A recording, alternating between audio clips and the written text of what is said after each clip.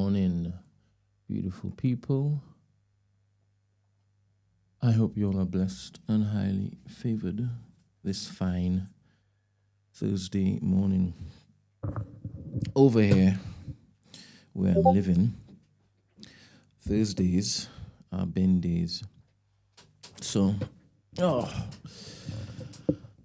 am waiting patiently for the bin men to swing by and collect our rubbish.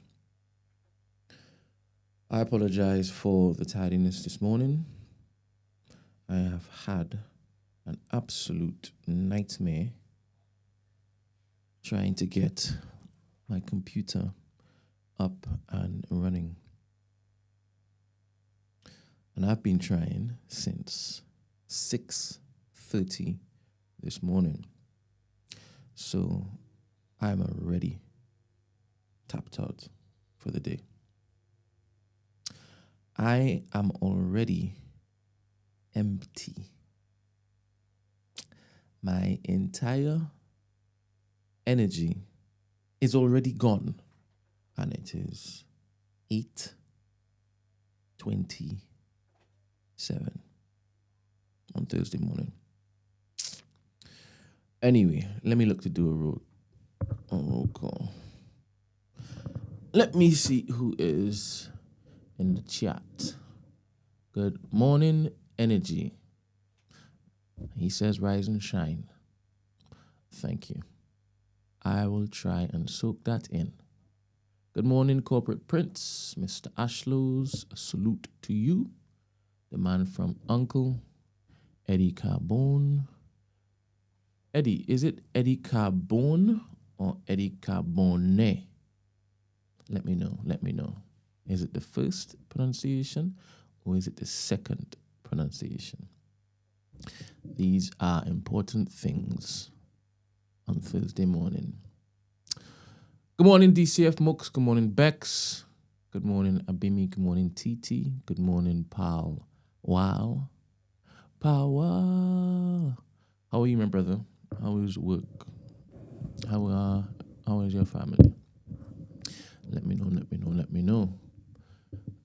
Good morning, Catherine. Good morning, Crud Crow. Good morning, A Boogie. Good morning, Amy Snow Globe. Good morning, Divina. Divina, am I loud enough? Do I need to turn up the volume? Please let me know. Good morning, Christy. Good morning, Stacy. Yes, Stacy, again. I am here again. I guess Gin and just didn't contact Emmanuel yesterday as it was suggested for her to do, so that she can get him to come back on the show. I thought she had more pull than that. I thought she had more persuasion that she could muster than that. But here we are. Lonely, I'm so lonely. I have nobody to call my own. Anywho, let's see. Good morning, Izzy Bambino. Good morning, Brickavelli. Good morning, Kofi. Hopefully no sneaky behavior today. My energy is gone, brother. So, no, I think I only look to activate the quote-unquote sneakiness when my day starts great, which is crazy, to be honest. But nah. I'm just going to fly through the headlines. I'm going to do the topic of the day. And I'm going to bid y'all adieu. Good morning, Vaughn. Who else we got? First pronunciation. All right. Carbone. Eddie Carbone. Good morning, Mary Kay. Good morning. Good morning, Aisha. Good morning, 9 Ether. Good morning, Lynn M32. Good morning, Angie. Good morning, Guapel. I've always loved that name. Guapel. And I don't know if it's because we covered a track from Guapel, but obviously it's spelled a bit differently. And it was one of the most moving tracks Emmanuel and Moses have ever recorded. It was just beautiful. I think I particularly loved what Moses did on it. I hope I'm not misremembering it. But it was so beautiful. So beautiful. Who else we got? Good morning, Star Crow. Good morning, Crucial J. All right, cool. That's everybody. That is everybody. Yes, Crucial J. Closer to my dreams. Whew. That's such a banger. Such a banger. The only person I hear called Brent Bunner is Loons. I think that's where he got it from. I think that's where Guapel got it from. Hearing Loon say it. Can we hear the track? I don't know if that track is actually on the internet. I think it may be on my Dropbox. Hold up. Let me see if I can find it on Dropbox. And I know Emmanuel does not like when it is I play the tracks that we used to make. And he's not here. So, let me see.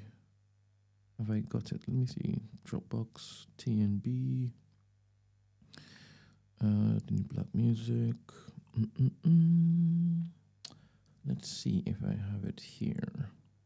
You know what? I'm not going to waste time looking for this now. I will look for it afterwards. And then if I find it, I will post it on the Discord. I'll put it in the general general chat thread, so you can listen to it. It's so beautiful. It's so beautiful. And I think Moses had the standout verse. Oh, so beautiful. Anyway, let me get back to my focus. Shout out the person who sent the TDA an email. And based on the contents of the email, I believe that you may not be who you claim to be in your email handle. I think you are somebody who has probably maybe even been to the studio. Or called in on Discord. I don't want to believe that you are a silent listener and you are somebody who hasn't contributed to the live chat, because this is very, very, very, very, very, very interesting behavior I am witnessing. So a little context. The email reads, insightful interview, origins of Nation of Islam and Africa. And this person says, Dear TDA team, I was recently watching an interview that touched on the origins of the Nation of Islam, and I thought it might be of interest to the group, especially as one of your hosts has a strong interest in the topic. Now, this is cheeky behavior because none of the TDA team, other than Emmanuel, are really interested in anything to do with Nation of Islam. Like, I can't stress that enough, right? Obviously, I ask questions because it's new to me, right? And when Black Rob and Joshua came on and suggested that Fard Muhammad was a white man, or possibly, or allegedly, he was a white man, I was like, what? Impossible. There's no way Emmanuel's following a religion that came from a white man. No way. But anyway, the email continues. The discussion begins around the 52 mark, 15 minutes and 50 seconds, right? And then they put in the link. But the entire interview offers a rich and thought-provoking conversation worth exploring. Just wanted to share. Wishing you all a great day. Warm regards. I don't think you mean that. I don't think you want us to have warm regard. I think you don't even want Emmanuel to have warm regards. And then the person signed off with a name. And this person's email handle has shade in it, right? As in the word shade. So this is why I'm questioning the intent of said individual, and I do believe that they have created this email in order to share this propaganda, and it is propaganda. It is. I've clicked it and I've gone to the timestamp, and it's propaganda. Now, my message to you is, I will send this to Emmanuel, but I won't play this on this here platform. I won't play this. Yesterday, we discussed the importance of wrong messenger, right message, right? We kind of dipped our toe. Was it yesterday or the day before? What was the day before? Kind of dipped our toe in whole Greta Thunberg human experience, right? And the concept that she's living, whatever that is, the social experience that she's living, whatever that is, the humanity experience that she's living, whatever that is, right? And we decided at the end, she's still doing a good work, even if she may be performative, right? So who Emmanuel is today is such a blessing to TDA, to TNB, to humanity. He's such a blessing. And however it is, he has come to this point where he's pouring in so much good to humanity, to TNB, to TDA. It's not broken. So I'm not looking to quote unquote fix it. So I won't be sharing this particular video on this platform. I will give it to Emmanuel though, so he can respond to this as he wishes. As he wishes. But shout you out for sending an email anyway. I like correspondence via email. I think I've shared that sentiment before. Anywho, let me crack on and do the first headlines. Look, God willing, because I haven't opened up this document yet. God willing, this is going to be different than yesterday. Hopefully you're going to have news that is relevant to today, maybe tomorrow. We'll see. But it's all a lottery for me.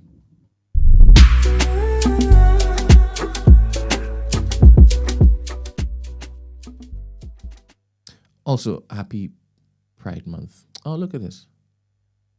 Accident. Let me just take this off. Shout out Tornado.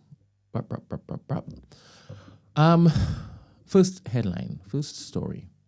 Council tax set to rise to fund police. I swear this sounds so familiar. I swear this sounds so familiar.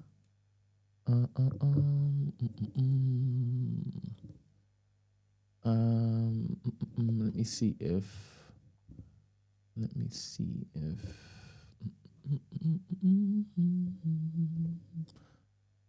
I just want to double check because those words really sounded familiar in my mouth.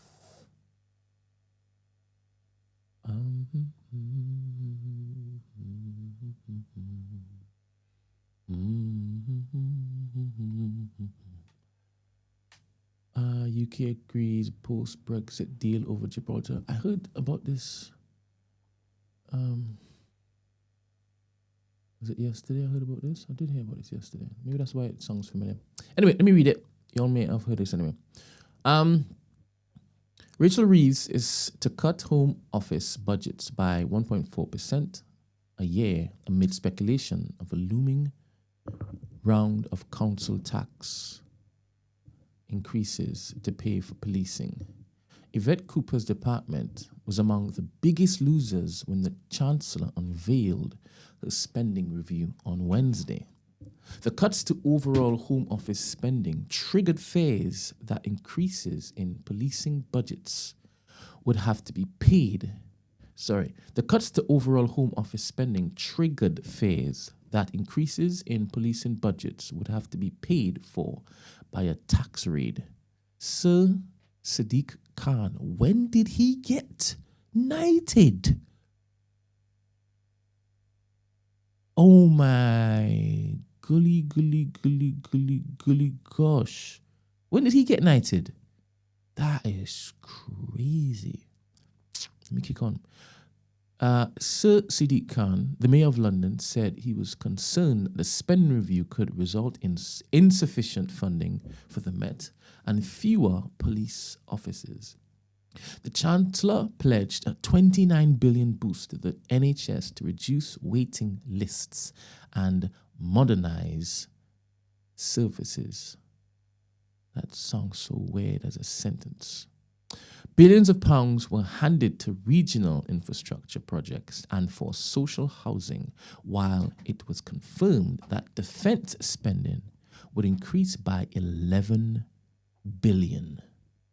But there was much less money for the Home Office, which will see its budget squeezed in the coming years, despite pledges to recruit more police officers and bring down crime. Second story, UK will end use of asylum hotels by 2029, Reeves said. The government has set out plans to end the use of hotels to hold asylum seekers by 2029, a move Rachel Reeves says will save £1 billion a year. No ish, Sherlock. Unveiling her spending review on Wednesday, the Chancellor pledged 200 million to cut the asylum backlog, hear more appeal cases, and return people who have no right to be here. Trigger warning for Stacey. Trigger warning. Illegal illegal immigrants deported. That's the trigger warning. Illegal immigrants deported. For the next 15 seconds, I'm going to be focusing on this. So just tune out for the next 15 seconds. Tune back in afterwards. Ministers say hotels will be phased out by cutting small boat crossings and building new government-owned accommodation for asylum seekers. Rah. Rah. The announcement comes after the National Audit Office predicted asylum housing costs will hit 15.3 billion over the next decade, triple the amount budgeted by the Home Office. On Tuesday, Home Office Minister Dame Angela Eagle told a committee of MPs the government were looking to buy tower blocks and former student accommodation to house migrants as an alternative to asylum hotels. Dame Angela Eagle said the government was exploring new ways to house. I just said this. And that's the end of that particular story. Next story. UK agrees post-Brexit deal over Gibraltar. The UK has agreed a deal with the European Union over Gibraltar's status after Brexit. Talks on rules governing the border between Spain and the British Overseas Territory have been ongoing since the UK left the EU in 2020. The UK said the agreement would avoid the need for checks on people and goods crossing the Gibraltar-Spain border. For travelers arriving at Gibraltar Airport, passport checks will be carried out by Gibraltar and Spanish officials. Spanish border officials would be able to deny entry, as it would be possible for British arrivals to continue their travelling to Spain and the EU free travel area without further checks. This is similar to the system in place for Eurostar passengers at London's St Pancras station, where travellers pass on through. Both British and French passport control before boarding international trains. So the UK Forest Secretary, David Lammy, said the deal protected British sovereignty and supported Gibraltar's economy. Of course he'd say that, mate. What else have we got?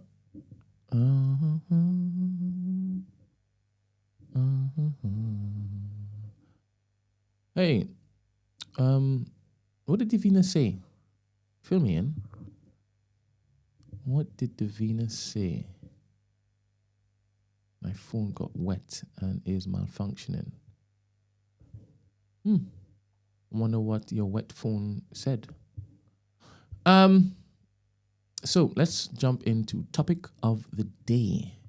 If anybody wants to join me on Discord to crack on with this, then please do.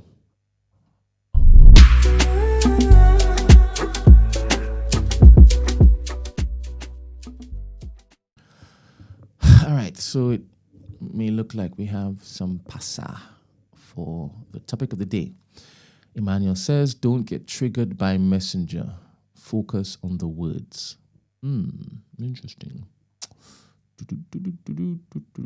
Let's see what we got here. I think somebody asked, where is everybody? So I believe that Emmanuel is not feeling well. So please send him your love. Make sure he has some nice messages. Tell him that you'll miss him and that the show is absolutely nothing without him. So get better quickly and return. I'm sure he will like all of those things said to him. Esther is working. You could send her messages. I don't know when she's going to read them, though. But you can wish her a great day, a great and productive day. Margs is not traveling, I don't think. He's back. But he is not going to be here until he is here. What I mean by that is I have told him to stay away for a brief moment and focus on the project that he is working on. I know I said that last time about Koi, and she didn't return, but it's not the same thing. It's not the same thing. For those who aren't aware, Marks did come in, I think it was early last week, just to verify that this storytelling Trinidadian isn't just, storytelling. But you will be seeing him, God willing. We're great to basically see him next month. It'd be great. But seeing him next month would mean a couple other things, and that's why I'm saying God willing. And Gina is somewhere minding her business. She'll be in tomorrow, God willing. So there, I have answered that person's question. So let's see what Emmanuel has for us. Oh, this is why he said don't get triggered. It's R.I.P. Kevin Samuels. Okay, let's see. I haven't listened to this, so I don't know if a trigger warning is needed. But let's go in raw. Project woman. You pick a woman that's fully assembled. Picking a project woman means you got to stop what you're doing and put the pieces together. And putting the pieces together, she will never thank you for putting the pieces together. She will resent you for remembering her when she was broken. Oh shit. You don't pick a project woman. You pick a woman that's fully assembled. Picking a project woman means you got to stop what you're doing and put the pieces together. And putting the pieces together, she will never thank you for putting the pieces together. She will resent you for remembering her when she was broken. Oh shit. You don't. All right, let's see what questions he has lined up for me. Let's see. Let us see. Okay. Is it better to grow with someone or wait until you're both already stable? Is it better to grow with somebody or wait until you're both already stable. So I'm opening up the Discord. For those who can, please find your way onto the Discord, jump on stage, and let's look to chop this up. Hello, Maggie. Morning. Came to like the video. Morning, full of meetings, so we'll catch the replay. Brent, well done for keeping the ship going. Thank you very much, Maggie. Love you. Divina says, I did message you to say that you haven't put the time. So it was a message for me. All right. Thank you very much for reminding me. Just imagine if it is you hadn't have reminded me, that wouldn't have been there for the entire stream. So I appreciate you, my lovely. Let me just get that sorted.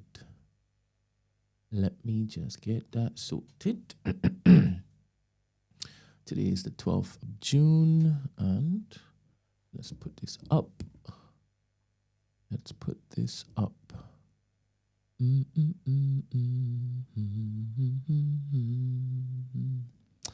Where's the ticker? Hey, ticker. Hey, ticker. Found it. Boom. Shout out you. All right, cool. Thank you very much, Eddie, for joining the stage. I appreciate you greatly. Let's see. Seeing as nobody else is here, it's just you and me, Eddie. You good? Yes, Brent. How are you doing today? I'm doing great. Amazing. Are you still high off of your graduation ceremony? Oh, yes. How did you celebrate? I went out with a friend of mine and my mom. We had dinner. It was awesome. So, a friend, is this a female friend? Yes, yeah. Come on, Eddie. Sensational. Come on. All right. So, first question. Did you just watch the video I played? Oh, yes. Are you a supporter of Kevin Samuels? Rest in peace. Nope. Not at all. I don't support his antics. Oh, wow. Antics. Why did you call his work antic laden? Because he's like, he supports this toxic masculinity type of stuff. Serious. This toxic masculinity stuff is not good, is it, Eddie? Nope. All right, cool. Not at all. So is it better to grow with somebody or wait until you're both already stable? I'll put that question to you, young man.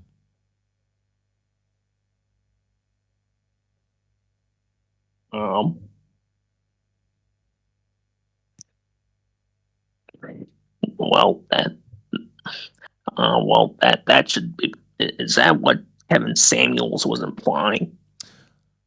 Well, he said that you shouldn't get a project chick. You should get our fully put together chick or project woman. You should get a fully put together woman. I don't agree with that, or I don't think they have to be like that. They don't like implying that the woman has to be perfect. All right. So you believe that it's better to grow with somebody. You shouldn't wait until both of you are stable. It's about just meeting her where she is. She meets you where you are, and you all grow together. Yeah? Yeah, period. Exactly. Lovely. Okay. Second question. Do men really want a woman who's finished or just one who won't need much from them? Well, I know there's men who have these outdated or expectations for women.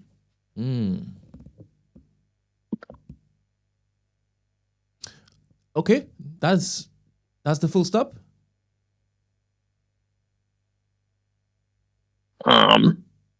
Yes, it just have to adjust their expectations and meet them where they're at. All right, next question. Whoever's listening, this is going to continue until I finish these questions, and then I'm moving on to the next headlines. I did ask you all to come to Discord. You're doing very, very well, Eddie. Thank you very much.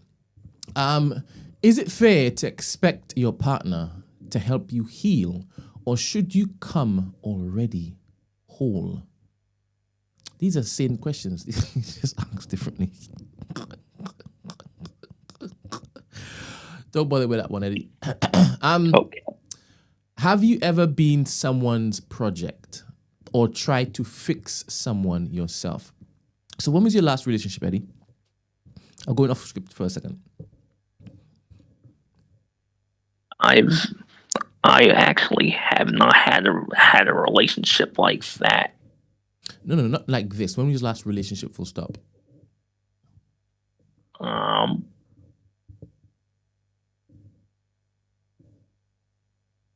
You mean like platonic relationships? My last relationship was, let's say, 15, 16, maybe 17. I lose time these days. It's a long time ago, right? Time ago. Good morning, Vaughn. Good morning, Ron. Good morning. How are you? I'm well. How are you? What a flipping pleasant surprise. This is Sensational. this is amazing. So obviously you have joined the Discord to participate in this fantastic conversation. Are you recently single? No. Oh, you're still married? Yeah, still happily married. This is what I'm saying. I love the little prefix, happily married. This is good stuff. Always. But you can still, speak to these questions, right? To a degree, I don't like the polarity. It's always extremes, isn't it? Why does it have to be someone fully formed? Or why does it have to be somebody that you grow with right from, very early stages? So what would be the nuanced other option that you would pick? Well, people meet at different stages in their lives, and you have to find alignment somewhere. And people grow at different rates.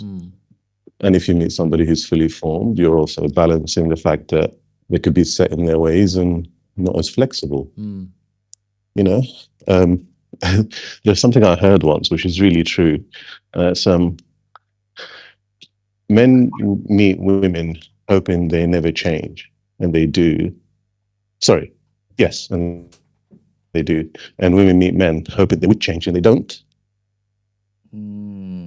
Does that make sense? Men meet women hoping they would change, and they don't. So they stay the same. And men... No. Men meet women hoping that they would stay the same, and they don't. Okay. And it's ridiculous to expect anyone to stay the same. Okay. And women will meet men hoping that they do change, and they don't. But they don't. And obviously they do, just in a different way to maybe that they had hoped. Do you see what I mean? Yes, I do. I'm here. So with regards to, and again, you don't have to speak on this because obviously this is your business. That's fine. Where did you meet your wife? You meet your friends. Okay. Our relationship predates social media and dating apps and things like that. So we actually touch grass, as you would say. Which gen are you? Do you fall into? Because I don't know. Oh, I'm millennial. Okay. I'm a millennial. I'm an 80s baby. I am one of the older people in the chat, I suspect. All right. It's wonderful. All right. So I'm a 90s baby. Thank you very much. Good morning, Ed. Good morning, Hey Ed. boys, how we doing? Blessed and highly favored. Thank you for joining the Discord. So you are, which side do you fall on? Do you fall on the nuanced side, like Vaughn said, or do you pick a project, or do you say nope? You need to heal first. Both of us need to heal before we start something. I'm sort of like torn, I guess, because I then go like, I know myself. I was quote unquote a project. Like I didn't come into my relationship with my missus as a complete person. I definitely had a lot of issues, had a lot of red flags. Do you get me? And I go, that ain't for the strong. Like, you know what I mean? From the outside looking in, that ain't for the strong still to be with somebody who's got that many problems going on. You know what I mean? So I do sit there and go like, if I was advising my kids, for instance, if tomorrow my daughter's like, hey, I want a man, I've got these two guys, one's got some red flags, one doesn't. Definitely like, hey, go deal with the brother who hasn't got red flags. But at the same time, obviously from my experience, I can't be, I can't then not be like grateful that I found somebody who had the strength and maturity and whatnot to be able to, both grow while growing themselves, helping me grow and helping me figure out my stuff as well and whatnot. So like, yeah, I'm sort of torn between both. Let me just step back a bit. I asked Eddie what he thought about Kevin Samuels. Yeah. Are you a fan of his content?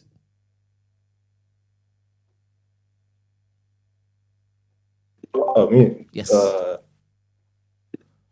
Some of his early stuff, like I didn't mind because in some of his earlier stuff, he was very much like grabbing the shirts of both men and women. Like, you know what I mean? Like, he was very much like, like holding everybody accountable. And then obviously later on, I guess he sort of, saw where the metrics was going in terms of, when he grabbed at the women and that and was hyper focused on that and that. So that's how I sort of locked off on that. How about you? Ed, he is appalling. I can't believe you're saying this. The man is carved out a career out of division. And no, as I said, once it got to the point where it was just like clearly it was just like he was playing that game, like you could see he was playing that game and just like I'm just trying to, be anti-women and create that division. I was just like, well, no. Like, there was a time when he was doing to everybody. I would say there was a time when he was anyone could get. Yeah, I don't know how much of that you saw, but there was definitely a brief period in time early on where he was anybody could get. He carved an entire existence out of sowing division, particularly within the black community. This man was a menace in terms of what he put out there. I don't actually believe he believed half of the stuff that he was spewing. I honestly, he was toxic. And don't speak ill of the dead, obviously. And I hope his family are all well and everything. But honestly, the things that he used to say, it was sensationalism of the worst kind. Clickbait. Yes. Disparaging. Period. Honestly, there was nothing positive about what he was saying. Aim low or set your expectations lower according to your wallet. It's like commodity trading. What are we back in barter days for like camels? Yeah, exactly. What is this? I hear it. I'm not saying I was following his what's it called, his mantras, and I'm not saying that. I'm just saying in terms of the entertainment factor of it, I enjoyed back in the day when he was holding everybody accountable in terms of the entertainment factor. I'm not saying that I act like my man was, the preacher of everything good and everything that we should be following in life as people. Don't ever get that twisted. To be fair, Ed, I think I remember seeing like a few pieces where he was actually speaking to men, but the majority of the content I've seen from him, 100%, it's focused on women, and they just seem to flock to him, to present themselves to him, to then be washed down by him.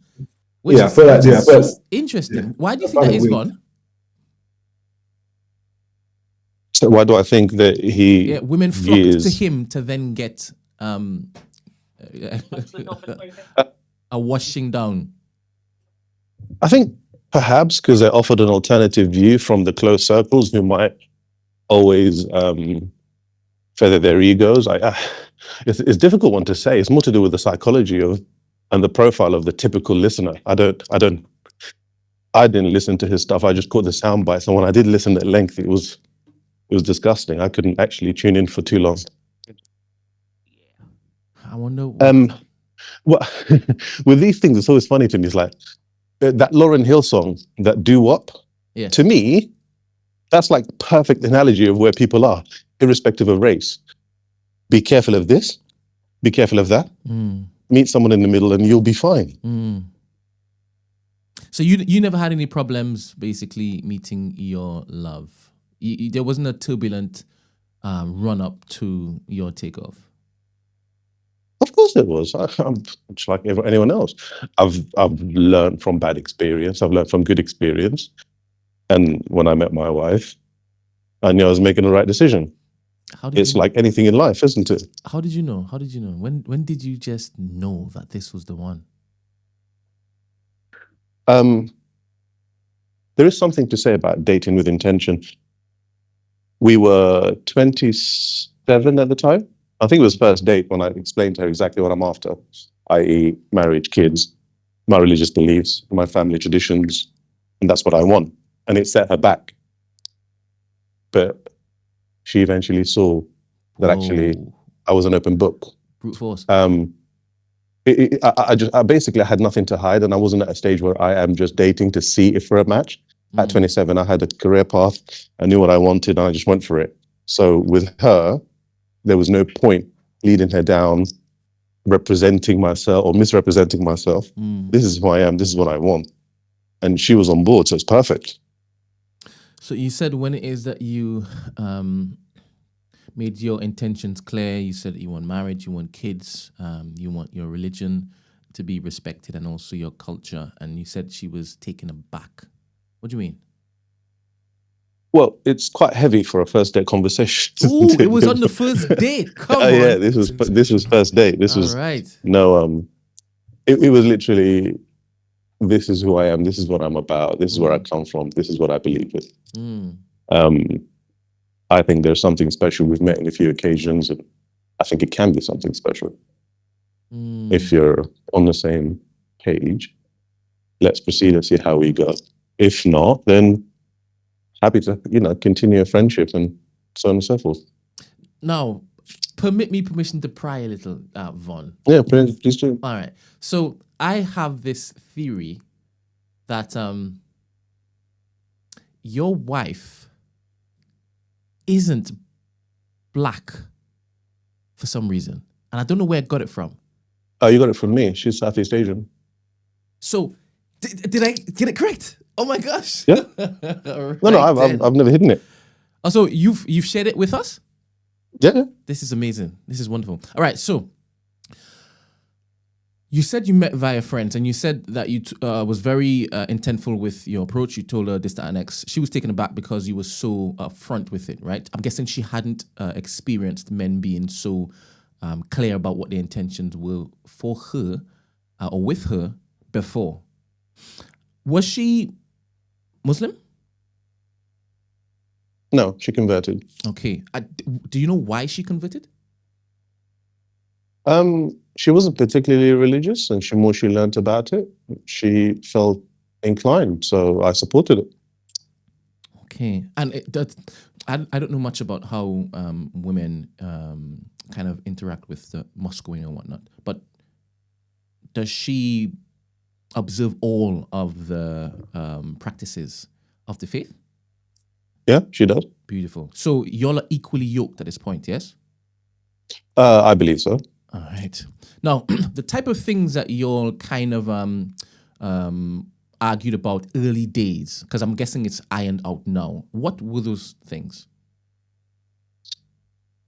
Certain things that we ironed out early days, did you say? Yeah. I'm guessing that it's all smooth right now, but the butted heads early days, or did you just have smooth sailing right from the jump?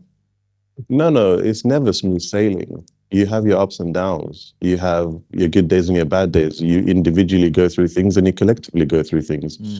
It's, do you have the communication, the trust, faith in each other to work through all of these difficulties? We've had family issues. We've had personal issues. We're raising 2 small children. Come on. In a very, very difficult society with very difficult things vying for their attention and our attention, unsociable working hours potentially. It's just like, it's like anything. You have to work through all of these issues. We don't cry about it and woe me about it. We made a choice to live here, so we work through it.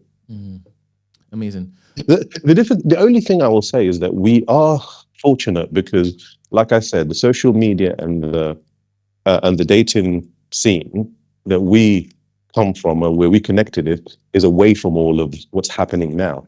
It's a completely different world. If I'm single today, I would have no idea probably how to navigate. I will probably still approach a woman on the street and be looked at as a weirdo potentially. I have no idea how to navigate. So I can't say that approach still works today. Probably doesn't.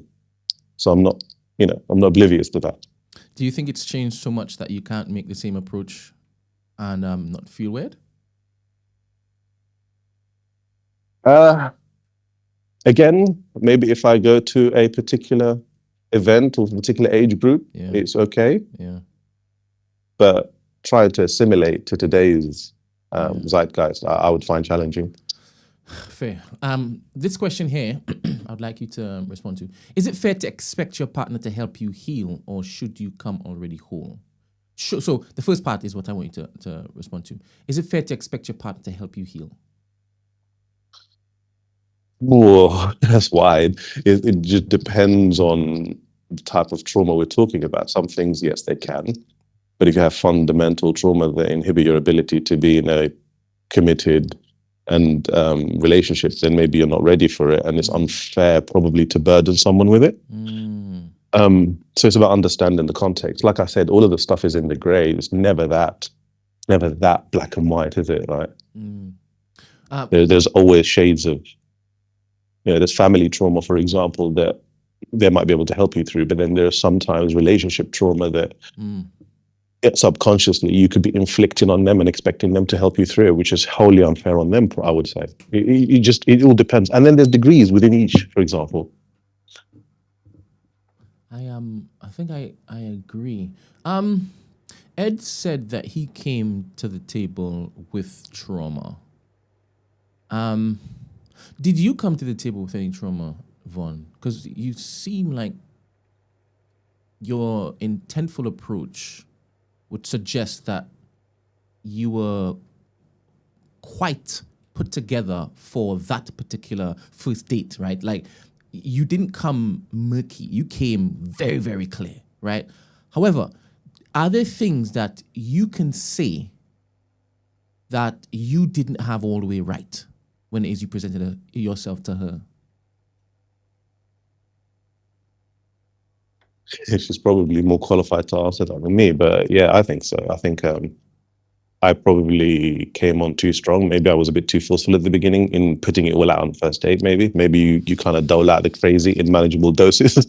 I don't know. No. Let me just clarify, right? So I believe that Ed meant that what he was doing in life made him a particular way where he wasn't really ready for who she needed him to be, right? And she had to basically see him as a project and bring him through, right? And he basically, thanks his missus for doing that.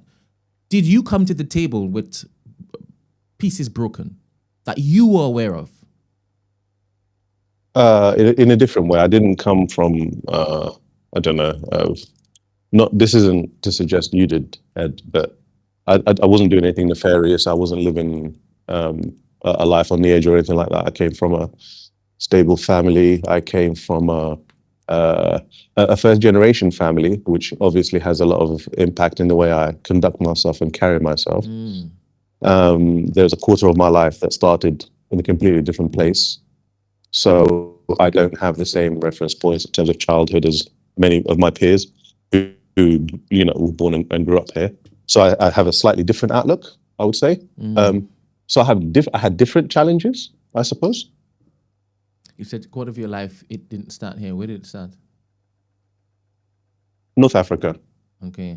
So you were born. I was born in North Africa. Okay. Shout out you, man. Right. I've got to get back. Thank you very much. You've done. It was nice. It was nice to speak to you all. It was lovely to hear your voice, and I'm sure the chat really, really enjoyed that. Ed, you still there? Yeah. All right. Wonderful. Have you ever been? Yes, you've already answered that. You've been someone's project, or tried to fix someone yourself. Did you ever try to fix your wife? Sorry, your missus. Fix. I don't know if we call it fix, but I definitely brought stuff up to her that these were things I thought were non-negotiables or things I felt were obviously important to me in terms of her being able to respect those things or to follow those things and understand those things. But there's never let me zone in on actually trying to get her to become a certain way or think a certain way or act a certain way, whatever it was. To be honest, I don't think I could, because she's very free-spirited, and to be honest, I think that's probably one of the things that attracted me to her, that she was so free-spirited. That she isn't going to be like, yeah. Is involved.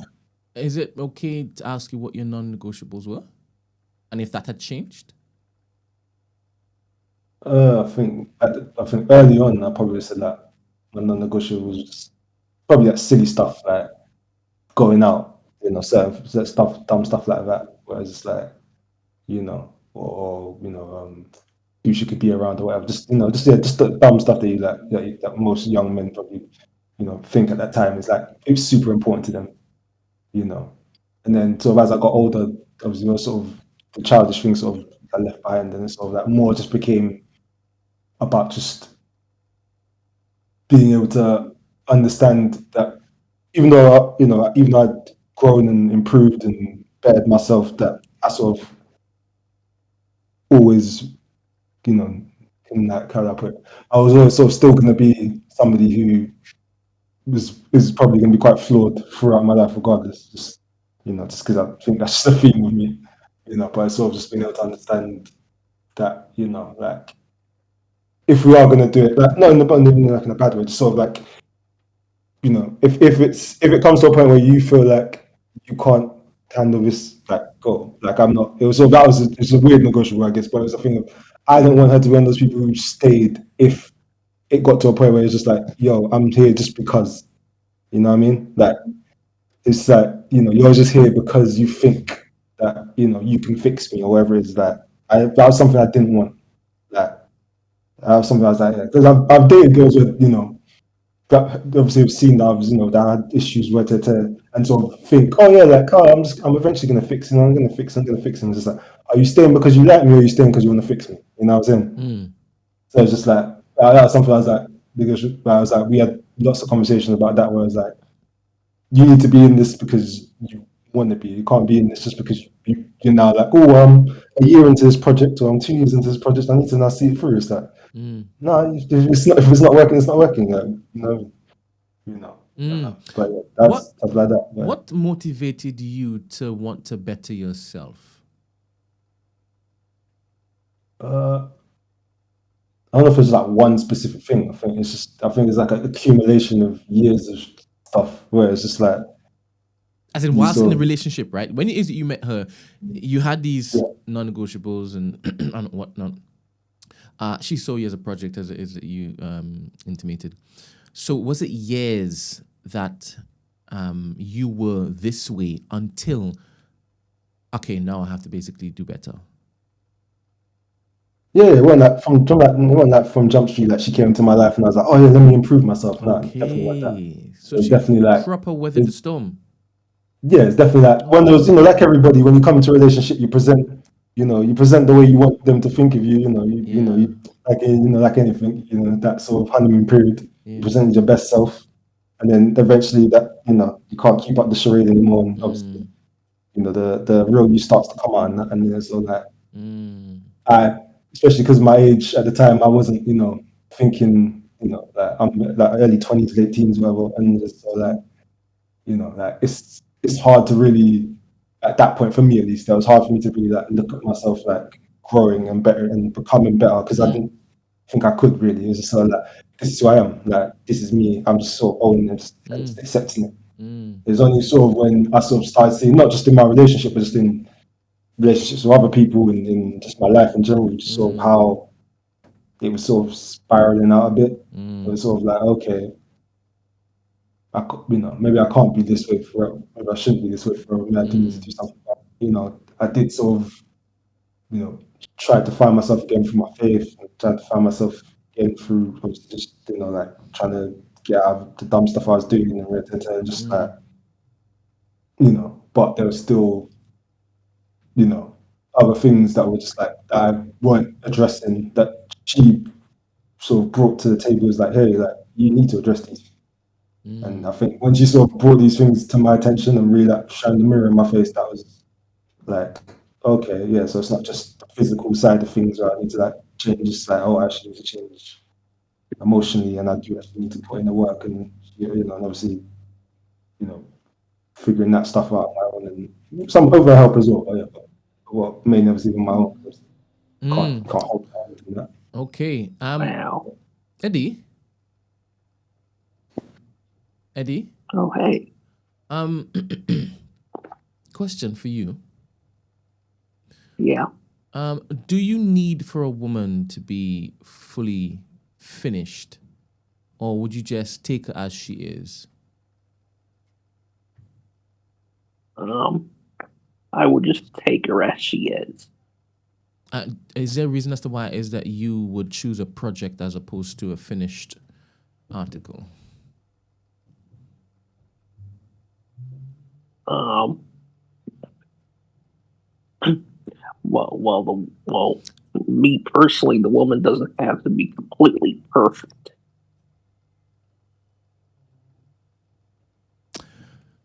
All right. When you heard Ed say that he was a fan of Kevin Samuels, how did that make you feel? Well, to be honest, Ed doesn't understand that that his beliefs are like a toxic form of masculinity, and which is of course an outdated kind of thing when it comes to a women. Those beliefs. Fair.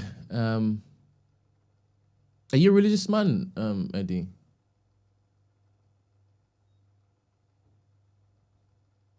Um. Yes, kind of. What do you mean by kind of? I'm religious, but not religious in the extreme fashion. Okay. All right. The next question. Which relationship lasts longer? One's built on potential or one's built on readiness? This is the last question I'm asking both of you, so you don't have to basically sit through this any longer. Which relationships do you believe last longer? One's built on potential or one's built on readiness? I'll take you first, Eddie, in this month of ours. Oh, thanks. One that's built on potential. And why do you say that?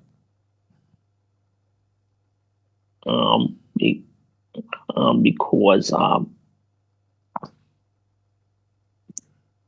the relationship has opportunities to become positive in that case.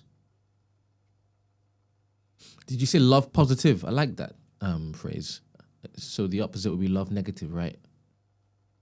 Yeah. Oh, where'd you learn that from? Where'd you hear that from?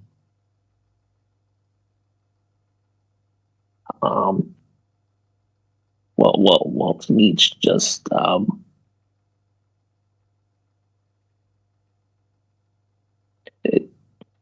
it's just some more a more accepting a kind of love. Little side question. I hope you permit me this. Yeah. I have a few friends who are mixed ethnicity. One in particular is half black Jamaican and half white Scottish. How about your parents? Oh, well, my mom, she's Dominican, and my dad is white. Is your mom black Dominican? No. Is she white Dominican? Yes. Oh, and what was the other? What was the other part? Sorry. Oh, you mean my dad? Yeah, your dad. Sorry, not the part. Yes. Where's your father from again? Yeah, my dad's from here. American. Yes. Yeah. All right. This is fantastic. How did you find us? And where did you get your penchant for black women from? My what for? Sorry. How did your affection for black women develop? Well, Well, I love how they're like a very they're they're very passionate in terms of where they stand. They're all for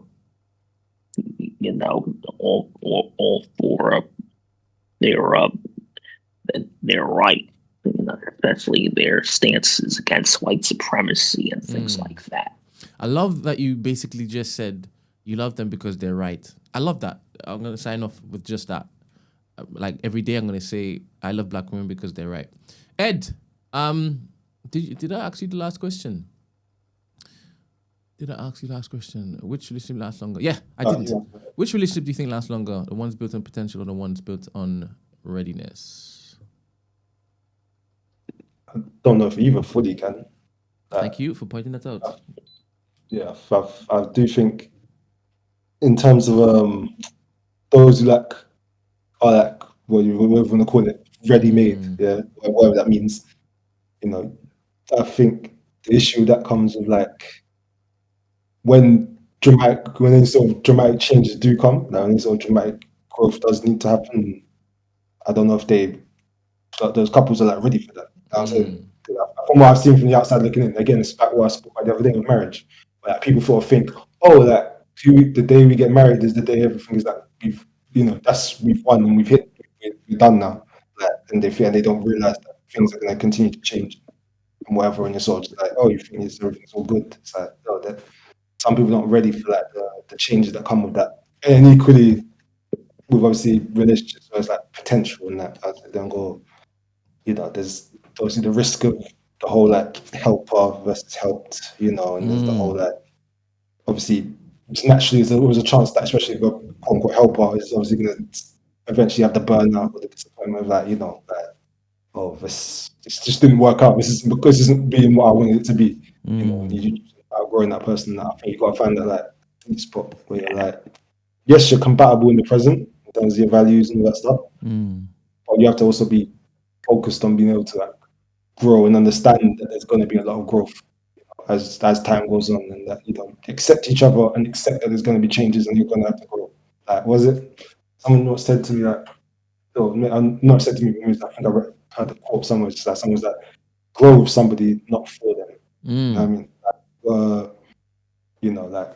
So it's about mutually, it's about that mutual growth and understand. Understand you got to do it together. That's that sweet spot in the middle. Wonderful.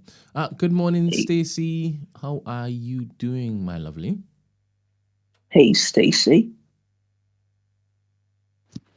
I hate that every time you get on Discord, it changes like your audio output. So it takes a million years for me to like actually hear what was being said. Oh, serious. Sorry. Where did y'all leave off? We left off with me asking that question: which relationship lasts longer, one built on potential or one's built on? But don't answer that question because, as Ed pointed out, this is a flipping trick question. So let me ask you a previous question, Stacey, seeing as I have you here. I'm not going to ask you about your past relationships because I know you get very, very uncomfortable when I speak about things like this. Huh? Who said that? Are you for projects or are you fully? Give me the fully finished item, please. I asked in the chat, why do we assume that something that isn't perfect is a project? Yeah, for real. Like that verbiage is what keeps us in this gender war cycle or this relationship nonsense cycle. Like, isn't just because it's not perfect doesn't mean it's a project. Viewing someone as a project is what lands you in hot water, but it's not your job to fix somebody. Like, you might inspire somebody to make changes in their life, and that's a positive, but it's not something that you're like making a commitment to do. Like, what is that? Like, I wouldn't want a partner like that. Why? And I don't think that's a healthy expectation, not just as the person doing the projecting, but as the recipient. Because your involvement is going to be based on your significant other. That's a little crazy. All right. When you said projecting, you can't use the word. You disagree that we should be even debating. Don't use the word because you don't believe that we should be calling people projects. Yes. But that was my point. I was explaining. I was furthering my disagreement. I wasn't challenging it. Good, beautiful. Now, if I came to you and I was serial cheater, right? I was God misogynistic. forbid. Sorry? God forbid. But go ahead. Yeah, God forbid, indeed. I was misogynistic. I was very toxic, but I was so attractive to you, right? You desired me physically and mentally and emotionally. Would you take a punt on me? I'm so sorry. Repeat the last part of the question. So Something I just threw came me to off. you. And I'm not perfect. I came to you imperfect. Would you take a punt on me? What do you mean take a punt at you? As in, would you look to date me? If you're not perfect, Yes. I don't think I've ever come across a person who is perfect, talk less of be interested All in them. right. So now we can focus on the things that we kind of, it was unsaid, but we kind of knew, as in myself, Eddie, Ed, and Vaughn, right? So I've come to you, and you know that I have had past relationships where I've been unfaithful, right? Mm-hmm. So I may have an interesting dynamic with fidelity, right? Mm-hmm. You can hear that makes me imperfect, right? Mm-hmm. I wouldn't take you seriously personally, Why but wouldn't you take me seriously? This I'm not imperfect judging man other coming women. to you. Go on. I think people can decide what they're willing to give grace to and what they're not willing to give grace to. For Okay. me, that's a signal of lack of discipline, and that to me is at my big age, like no, like I can't be bothered All right. So personally. when a man comes to you, what must he present to you that allows you to say, yes, I'm going to take a chance on you and give you some It's time?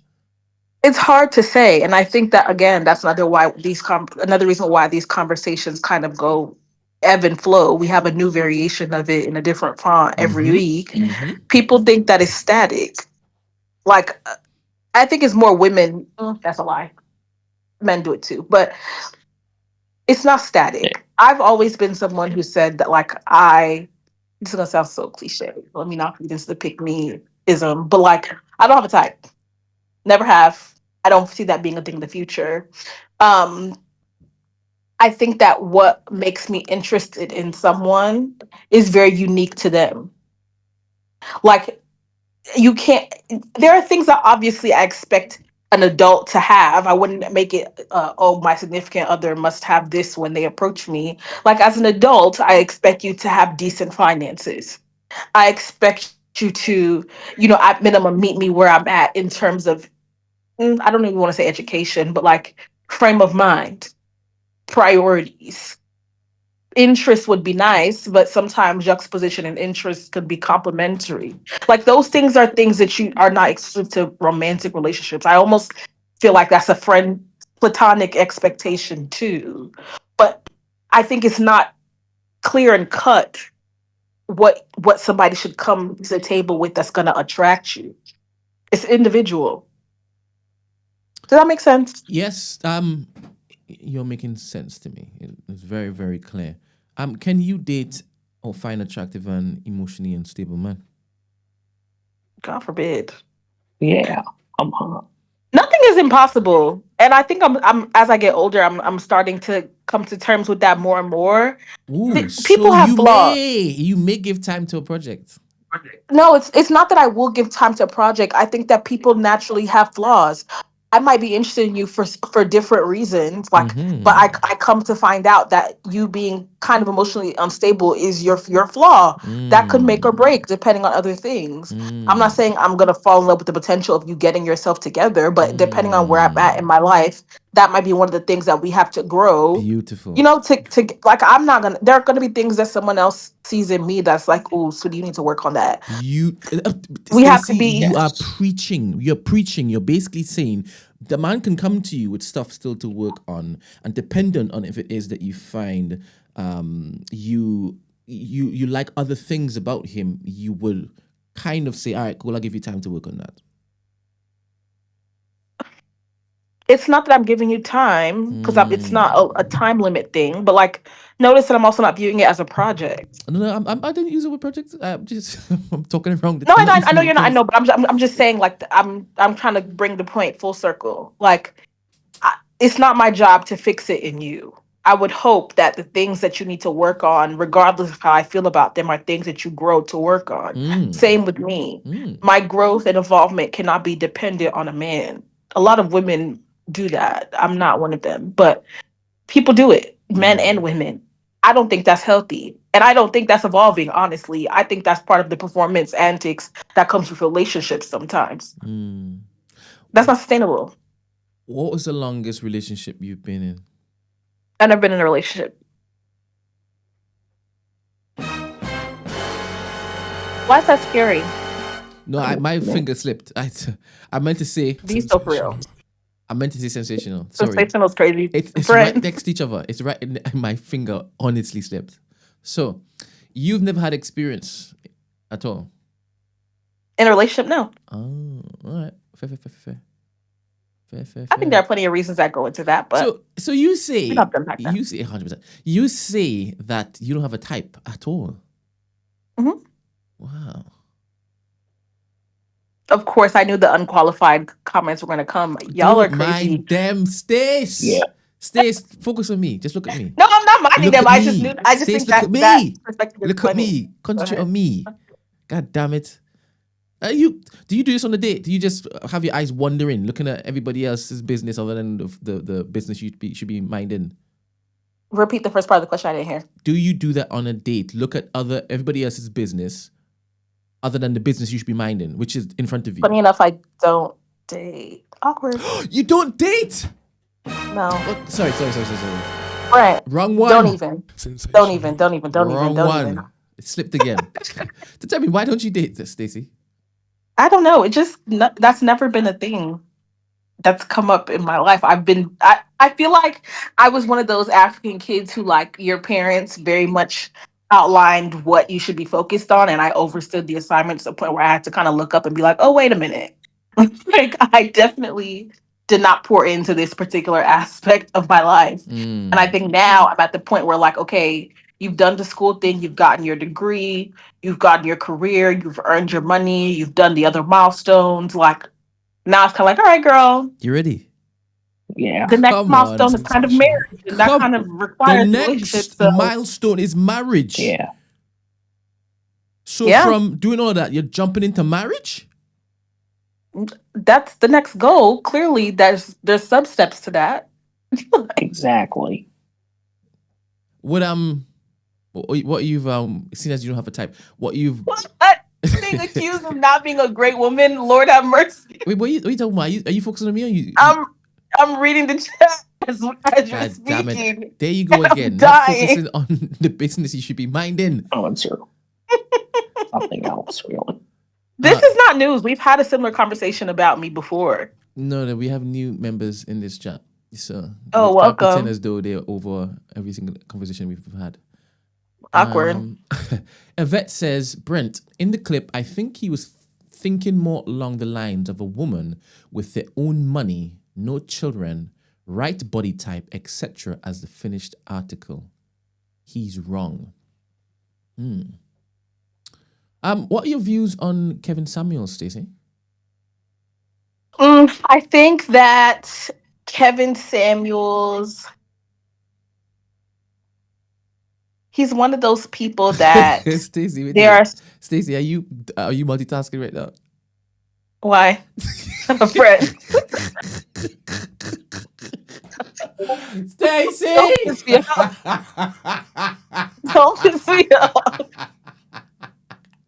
That is the funniest thing I have seen from you since I have known you, Stacey. Well done. Continue. Don't piss me off. We don't need to share any context. Continue. Anyway, go ahead. What was the question again? Something has just stopped on Discord. Give me 1 second. Don't go anywhere, please.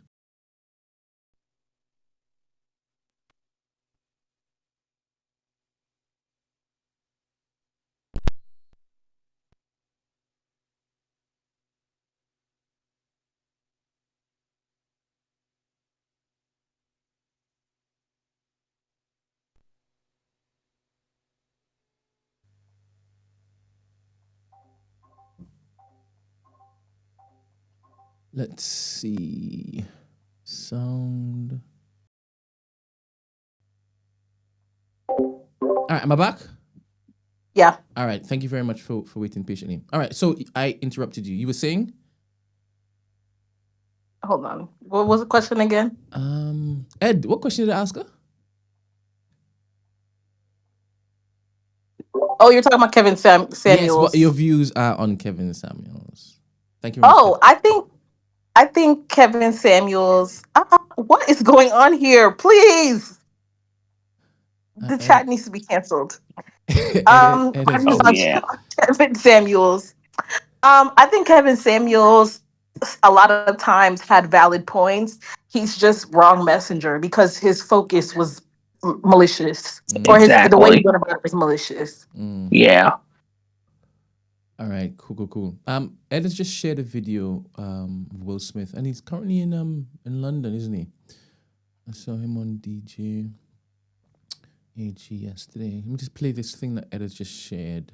Let's see what Will Smith has to say about relationships. Taking advice from Will Smith on relationships. It was reflecting about love. And I asked her, I said, what does she think was, one of the biggest revelations that she had about love? She said that you cannot make a person happy. And I thought that was a real deep idea. You can make a person smile, you can make a person feel good, you can make a person laugh, but whether or not a person is happy is deeply and totally and utterly out of your control. I remember the day I retired. I literally said to Jada, that's it. I retire. I retire from trying to make you happy. I need you to go make yourself happy and just prove to me that it's even possible. And after we cracked the hell up, we started talking about, we came into this false romantic concept that somehow when we got married that we would become one. And what we realized is that we were two completely separate people on two completely separate individual journeys, and that we were choosing to walk our separate journeys together. But her happiness was her responsibility, and my happiness was my responsibility. And we decided that we were going to find our individual, internal, private, separate joy. And then we were going to present ourselves to the relationship and to each other already happy, not coming to each other begging with our empty cups out, demanding that she fill my cup and demanding that she meet my needs. It's unfair and it's kind of unrealistic and can be destructive to place the responsibility for your happiness on anybody other than yourself. You can sell this. What are your views on that, Stacey? Thank you very much. Thank you very much, Eddie, for sharing that. Eddie didn't. That is nonsense. He says nonsense. I think Will Smith's marriage takes are nonsense to me. Truly, because I'm just like y'all are the wrong side of equally yoked, just delusional together. Yeah. How can you say out of your own mouth, "I retire from trying to make you happy"? Well, like obviously we know that a person cannot be single-handedly responsible for your happiness. Yes, but like, hello, like.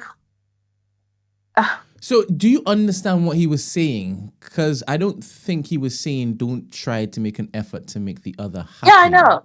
You can't make someone happy. You can't make someone love you. You can't make someone like. It's not something that you can control in totality. Ed, can you just jump in on here and just... I'm tripping? No. I just want to hear another voice on this. Oh. Yeah. Ed, do you think that his point was salient? Not all of it. Right. What don't you agree with what he said? In terms of like some of the literal points he's making, just in terms of like, I don't think you can retire from making somebody happy. Like I think that very obvious point of like that. I think like I think it's more important. Or I think it does sort of kind of go further into it. It's more important to sort of be like, you should be able to be like, what's it called? You should be able to be you should be with that person, and they're not reliant on you purely to make themselves feel whole, or purely to make themselves feel complete, or feel, you know what I mean? Like that's that whole help thing where I'm just like, that person shouldn't be using you as a crutch. You get me? Like, so I think you can't. I think you can't be like, oh, like I've completely cut you off from using me as a crutch in any way, shape, or form, like, even in the slightest. Like, you still should be somebody's emotional rock. You still should be somebody's anchor. At the end of the day, like anyone you love, you should be the anchor in some way, shape, or form. So I don't think you can fully be like, oh hey, well I'm not gonna be your anchor anymore. Like that's just all on you. Like I think you gotta still help. I still think you gotta be willing to help in some way, shape, or form. Just not as maybe as much as maybe he was, in terms of like, literally, you are the only reason, you are the only thing in their life that they can attest to happiness. You know what I'm saying? I don't know if I explain it right. Thank you. Her response to him saying, "Please go and find happiness and then come back to me full of joy," was her going to find August, right? And she came back full of something. Probably, yeah. And if that works for their relationship, shouldn't we support it? Emmanuel's always saying we need to support and promote Black love, right? And men and women staying together, right? Sorry, Stacey, did you have a problem with that particular message? Yes, because why is it that whenever we put Black and love in the same sentence, there's always some nonsense behind it. Oh, you think it's nonsense to? Yes, in all caps. Yeah. I'm going to be keeping tabs on you for the next few years, Stacey, because I want to. Me? Is that a problem? I'm confused as to where that's coming from. I haven't finished the sentence though. I may. Go ahead. I may let you know. Obviously, you said that you haven't dated, and you said that you don't have a type. So I want to see the first person that you look to date. I want to see what they look like. You know what's so funny? Everyone says this. Everyone in my immediate and distant circle says this.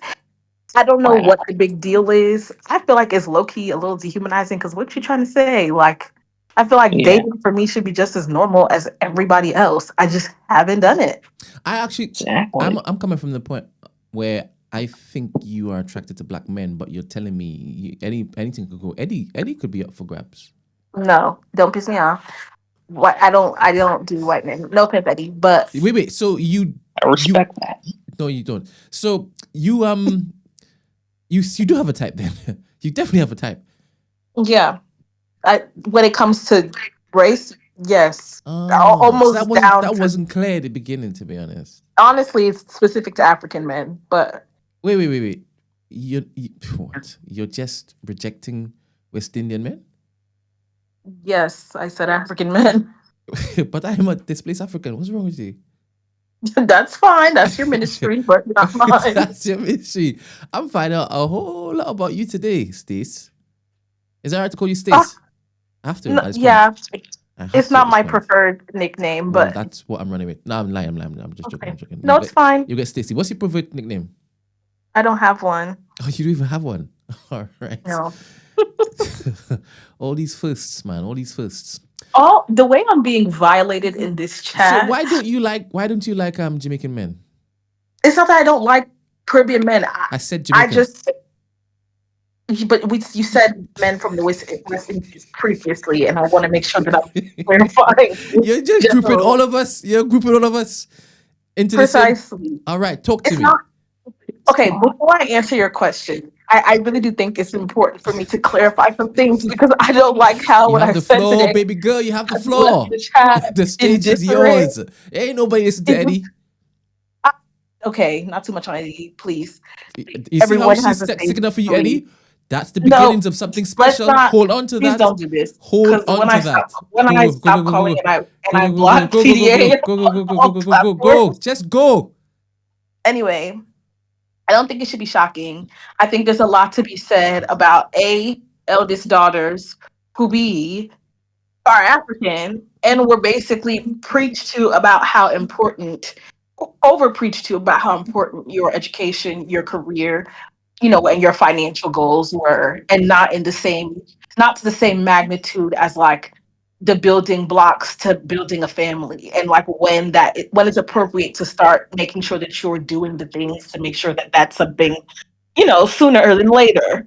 I think I was one of those people, and I think a lot of people share that experience. And I don't think that it's anything that is particularly bad. I think there's a lot of just traits that I've built given my circumstances that has made dating for me a different experience. I think one of the things that I have to be aware of is I've been told by many people, including my closest friends, that we've recently had a major debrief about this. My hyper independence can be a problem. One of my friends, Yes. this is not to open a can of worms, but I'm just giving contextual examples here. I don't like taking things from people, especially men. So we had a discussion at the table one day about how I have a very bad habit of buying drinks for people, including men, especially when I'm trying to assert dominance. Sensational. If I don't have interest in you, I'm not taking a drink from you. And I know for men that's a kind gesture, Oh regardless. yeah. I don't even want to give you the ammunition to misconstrue whether there's interest on my end. I don't like my friends doing it, but if there's anyone who are allowed to buy me anything, top place of a drink, it might be someone that I know confirmed that you're my friend. You know? Apparently that's a problem. I'm here with you, Stacey, but I want to know what. And that communicates things to people. That's just an example I of want to hyper- hear from you what Jamaican men did to you. Nothing. I just prefer African men. And it's not a thing about traits about them. It's a cultural thing. You've never dipped your toes in just yet. So what do you prefer about African men? I don't want to. I don't have time to be dipping my toes. It's just culture, yeah? What have you seen? It's a cultural thing. What have you seen? But do you know that my culture is literally like your culture? No, not that we have a difference in cultures, but I just think that I would like, there are certain things that I would like in my household dynamic that I feel like would be best resembled with an African man.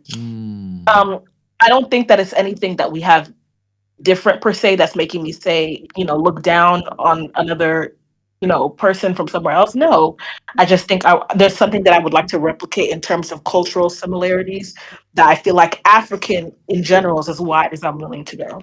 And when you say African, that's a whole continent, Stacey. Yeah. So you don't mind where in Africa? No. Raw. I'm confused.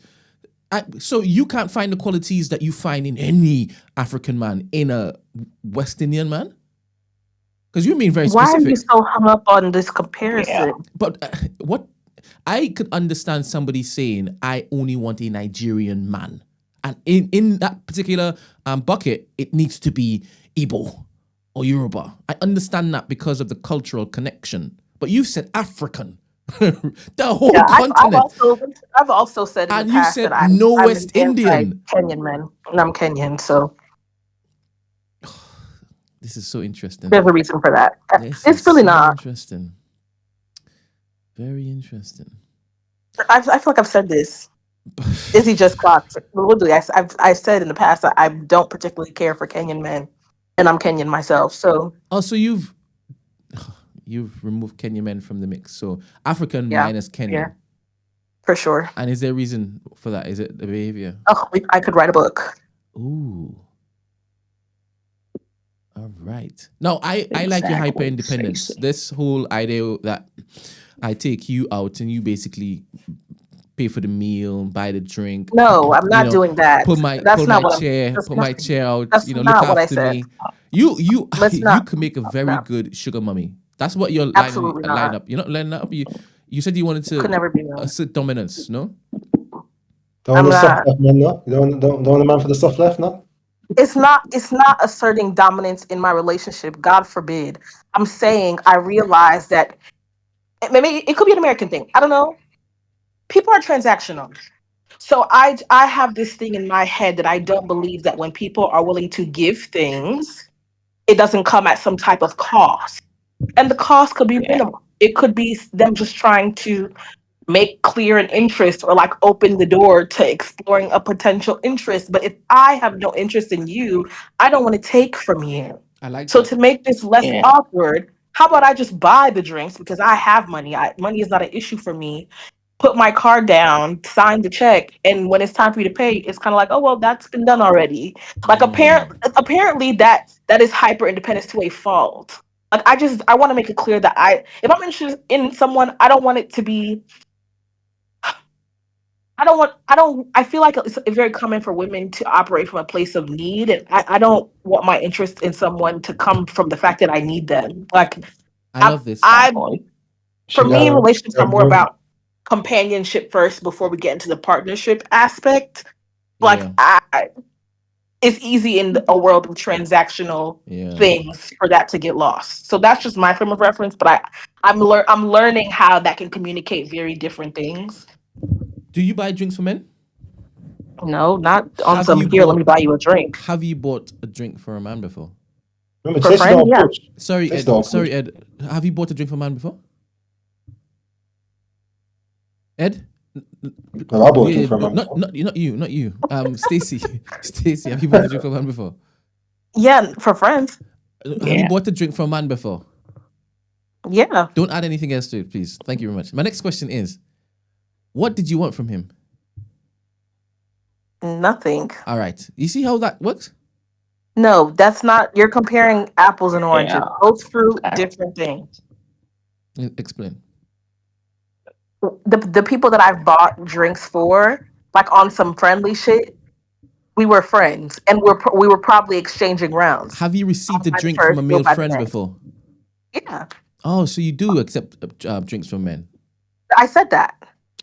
To be honest, I wasn't listening to that part. Yeah, I've said But that. it sounded I have contradictory. male friends who are just now that you've told me, genuinely- you do accept drinks from men, then I'm fine. I can move on. Okay. All right. Thank you very much. So check. Is there a 50-50 split on the date, or is he paying for the date? Are you crazy? I'm just checking. I just want to check. No. You're talking about showing that you got your own, isn't it? So I just want to know. Wait, so your I'm not hyper independent stops at the whole date stuff? No. So you're into transactions just as long as it's a date? Oh my gosh. Sorry. Why are we misconstruing things? Sorry. Ed, are you getting the same vibes from her? Hey, Is it just me? Is it just me? I don't know. I'm trying to just understand. I'm just trying to get an understanding, Stacey. I'm not Brent. I've not got no agendas here. I'm just trying to understand. Fair. Stacey, elaborate, please. I said that me buying drinks for men. Oh, that sounds so crazy to say. The men that I've bought drinks for in the past have been to like avoid it getting to a point, not getting to a point of a date, because that's not obvious off rip. But I don't want to accept anything from you if I'm not interested in you. If it gets to a point where somehow I end up on a date with a man, I'm not. What is that? Like, one thing about hyper independent eldest daughters, when it comes to relationships, I dream of the day that I don't have to be the dominant one, the one that's always providing, the one that is always putting their card down. Oh, please, I want to be a patriarchy princess. I'm not doing that. You want to be a patriarchy princess? Yes, please. This is I'm why tired Esther of being called the you what she alpha all called the you. time. No, that's not being a pick sorry. me. Well, I'm not offended by it. Don't mistake my tone. That by patriarchy princess, I feel like again, and there's please eldest daughters in the chat, advocate for me if you can. Being an eldest daughter sometimes comes a lot with having to be alpha in situations where it's not your choice. Like you don't have somebody to like look up to or to support you, whether it's mentally, financially, whatever the case may be. You kind of have to be that person for everyone all the time. I don't want to be that person in my relationship, respectfully. Like I would like to be able to turn my brain off and put my wallet away. Like which is why companionship is a priority for me. Like I can do for myself, but what do you want to do as my partner? You know? Yeah. I'm gonna. I feel like that makes perfect sense. Yes, because Noreen says that she's like you.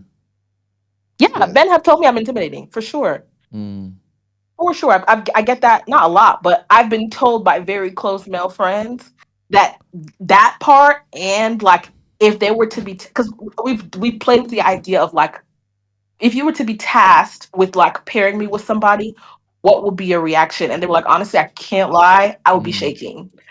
Because the type of person that you are, like I'm not. I know this sounds so cliche, but I think that this is what's kept me out of the dating scene and relationships for so long. My mind can be very black and white, and I really just don't care for nonsense. Like, you're disturbing not my peace, because it's not about that per se, but like, this whole thing of, oh, this person was a cheater or has red flags and all this, it won't fly in this airspace. So like, how do I put you on someone or put someone onto you that I know is like a confirmed solid individual, like actually is on like, down to earth type vibes. Like, does that make sense? Yes. It makes sense, no, Eddie? Yes, period, Stacey. I'm only 25. What do you mean for so long I haven't dated? I'm not 40. I didn't say that. I know, but I'm reading the chat. There you go again. Doing the one thing I asked you to not do, you keep doing it. That is so toxic. But anyway, I'm used to that. Thank you very much, Ed, Eddie, and Stacey. Stacey, you are such a gem. Ed, you already know how I feel about you. And Eddie, hey, I think you should shoot your shot. She said she has no type. She's partial to African men, but you can cosplay, no? Don't piss me off, Brent. I'm talking to Ed. Eddie, you're always interrupting. That's such a... Anyway, I like a project, so I don't really mind about these particular bad traits that you're showcasing here. Why don't you just go to school? Why do you have to look for projects and people? You said that nobody's perfect, so everybody's a project, no? No. That's the implication. Go to school. If you want projects, go and seek assignments that come with grades, not people. Oh, man. Thank you very much, Stacey. You are a godsend. Thank you, everybody. I'm moving on to the next headlines. Bye. Bye. Peace.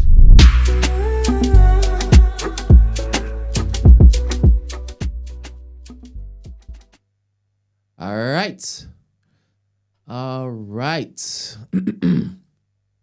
And don't pretend like we don't know who Rachel Dolezal is. So when I'm saying cosplay, hey, there is precedent. There is precedent. All right. U.S. to partially evacuate embassy in Iraq over security threats. Non-essential U.S. embassy staff and their dependents in Baghdad are evacuating from Iraq due to heightened security risks, U.S. government sources said on Wednesday. Officials did not say exactly what prompted the removal. However, in recent days, talks over Iran's nuclear program appear to have stalled. A U.S. State Department official told the BBC, "We are constantly assessing the appropriate..." This is crazy that I just have a camera just on a wall and I'm just talking. I am so sorry. This is mental. I hope it is that you all are just listening to this as opposed to watching this. This is bonkers. Let me just continue. Based on our latest analysis, we decided to reduce the footprint of our mission in Iraq. U.S. President Donald Trump told a podcast on Wednesday that he was growing less confident that a deal could be reached over Iran's nuclear program. The U.S. wants Iran to stop enriching uranium, which can be used to create a nuclear bomb, in exchange for easing economic sanctions. Iranian Defense Minister Aziz said his country would retaliate against U.S. bases in the region if talks fail and Trump orders military strikes against Iran. All right, the next story. Police assault arrest as dozens involved in disorder. Interesting sentence. Police assault arrest. Wow. A teenage girl has been arrested on suspicion of assaulting a police officer after dozens of people joined disorder that saw cars set on fire and bricks being hurled in Salford. About 50 to 60 people gathered during the disturbance in the city's lower Broughton Road at about 13:30 BST, Greater Manchester Police said. Cars were stolen and set on fire. Motorbikes were being ridden erratically and bricks thrown at officers, while wheelie bins and cars were used to block off the road, the force said. Superintendent Marcus Noden said, "We are aware of speculation online that this incident is linked to immigration. This is categorically incorrect. This sort of behavior will not be tolerated, and we took robust and appropriate action. A large number of officers will be remaining in the area overnight as a precaution. There are currently no ongoing incidents in the area. However, tensions remain heightened, and we have robust plans in place should we need to respond to any further incidents. A dispersal order would remain in place until 1400 BST on Thursday," police said. And the third story, which is a trigger warning. I don't know what trigger it is. It's not stated. Woman arrested after 4-year-old boy found dead. Oh, my. Police have launched a murder investigation and have arrested a woman following the death of a 4-year-old boy. The young child was found dead at an address in Dunham End in Maidenhead on Tuesday after Thames Valley Police were called to the incident at about 18:30 BST. A 37-year-old woman from the Berkshire town has been arrested on suspicion of murder in connection with the incident and remains in custody, police said. The force said a crime scene would remain in place at the address in the south of the town until 17th of June. Detective Inspector Rob Underhill from the force's major crime unit said, "This is an exceptionally tragic incident in which a young boy has tragically passed away. Although formal identification has not yet taken place, the boy's next of kin are aware, and my thoughts and the thoughts of all of us at Thames Valley Police are with them at this extremely difficult time." Such sad news. Let's see. I'll move on to the last three headlines. Please stay with me. I'm nearly finished. First story. WhatsApp tells BBC it backs Apple in legal row with UK over user data.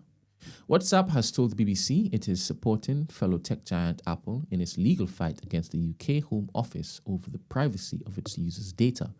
The messaging app's boss, Will, said the case could set a dangerous precedent by emboldening other nations to seek to break encryption, which is how tech firms keep customers' information private. Apple went to the courts after receiving a notice from the Home Office demanding the right to access the data of its global customers if required in the interests of, this is crazy, she said she wants to be a patriarchal princess. Not just intrusive thoughts. A patriarchal princess. That's bars, man. Sorry, back in the book. Apple went to the courts after receiving a notice from the Home Office demanding the right to access the data of its global customers if required in the interest of national security. It and other critics of the government's position say the request compromises the privacy of millions of users.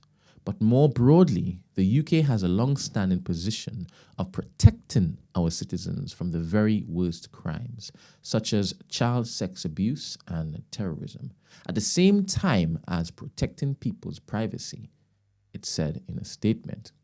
WhatsApp has applied to submit evidence to the court, which is hearing Apple's bid to have the Home Office request overturned. Mr. Cathcart said, WhatsApp would challenge any law or government request that seeks to weaken the encryption of our services and will continue to stand up for people's right to a private conversation online. Second story, Syria government says women must wear bikinis at public beaches. Bikinis. Let's see what this is. Syria's Islamist-led interim government has decreed that women must wear burkinis, a swimsuit that covers the body except for the face, hands and feet, or other decent clothes at public beaches and swimming pools. The regulations issued by the Tourism Ministry were aimed at enhancing public safety standards and preserving public decency. Syrian state news channel Al-Ikaharbara Al-Sariya reported, I butchered that, mind you. Private beaches, clubs and pools, as well as hotels with more than 4 stars are exempt, the directive said. Women often dress modestly on public beaches in Syria, but some women do opt for more Western styles of swimwear. The new government previously pledged to govern inclusively. Under the new directive, beachgoers and visitors to public pools must wear more modest swimwear, specifying the burkini or swimming clothes that cover more of the body. The decree added that women should wear a cover-up or loose clothing over their swimwear when they move between swimming areas. Traveling in swimwear outside the beach without appropriate cover is prohibited. Men should also wear a shirt when they are not swimming and not allowed to be bare-chested outside swimming areas. I wonder if women are allowed to swim. Just questioning. Last story, trigger warning. Nearly 50 people killed in South Africa floods. At least 49 people, including several school children, have been killed in the floods that have swept through South Africa's Eastern Cape province as torrential rain and snow have hit parts of the country. The numbers are just escalating hour after hour. The situation is so bad on the ground. Provincial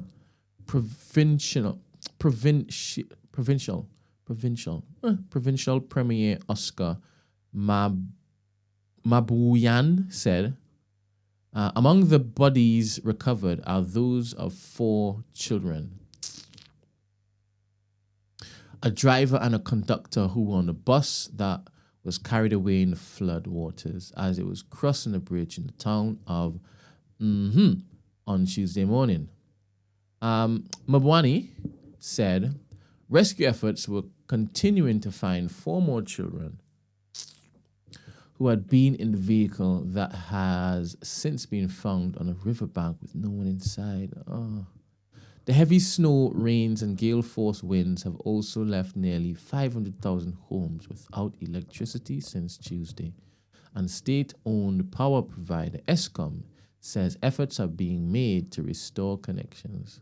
South Africa's President Cyril Ramaphosa has offered his condolences to the families of those who died as he urged citizens to display caution, care, and cooperation as the worst impacts of winter weather take effect across the country. So sad. So very sad.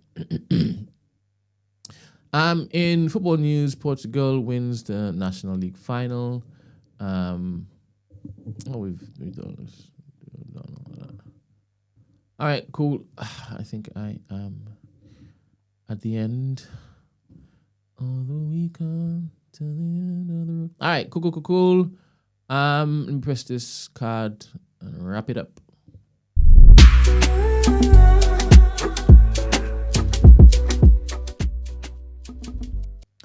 All right, thank you everybody for tuning in. And thank you for the contributors in the Discord. Y'all were very entertaining and educational. Shout out you lot. Shout out Eddie Carbone. Shout out Ed. And shout out Stacy, the patriarchal princess. Boom. All right, cool. Tomorrow, please God, is Friday. Yes, it is.